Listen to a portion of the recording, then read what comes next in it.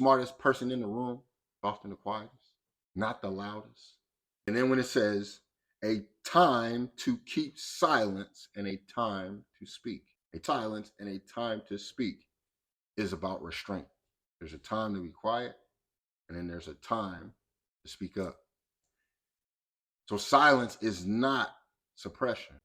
A lot of people think that when you're silent, you're suppressing, you're fearful. The smartest person in the room, often the quietest, not the loudest. So that silence is honoring the space for reflection. It's honoring the space for healing. It's honoring the space for clarity to come through. In that silence, we are spacious. We are intuitive, listening within, and we are sovereign. Yet when it is about speaking, when it is time to speak, I'm speaking about truth.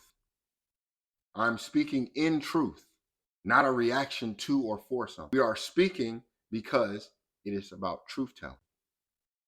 So our voice is the boundary. It is a mirror, a sword, the guiding light. This is why we shouldn't just be speaking just to speak, just to talk. A lot of people are just saying things. And nowadays it's become cool to just say the wrong thing or just say outlandish stuff just to get likes. And it's like, that's not rooted in self-respect. When we're speaking and we're speaking of truth, that is out of self-respect. Let me lie.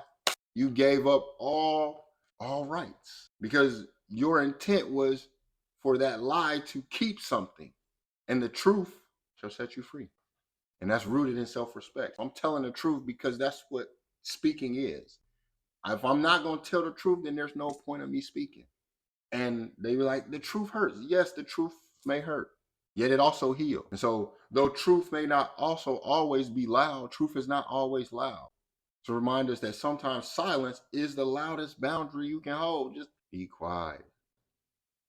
Don't say nothing. They'll start assuming anyway. So I guess this means you didn't even say anything. Because sometimes silence is the loudest boundary that you can hold. Yet when we speak, we're speaking out of truth.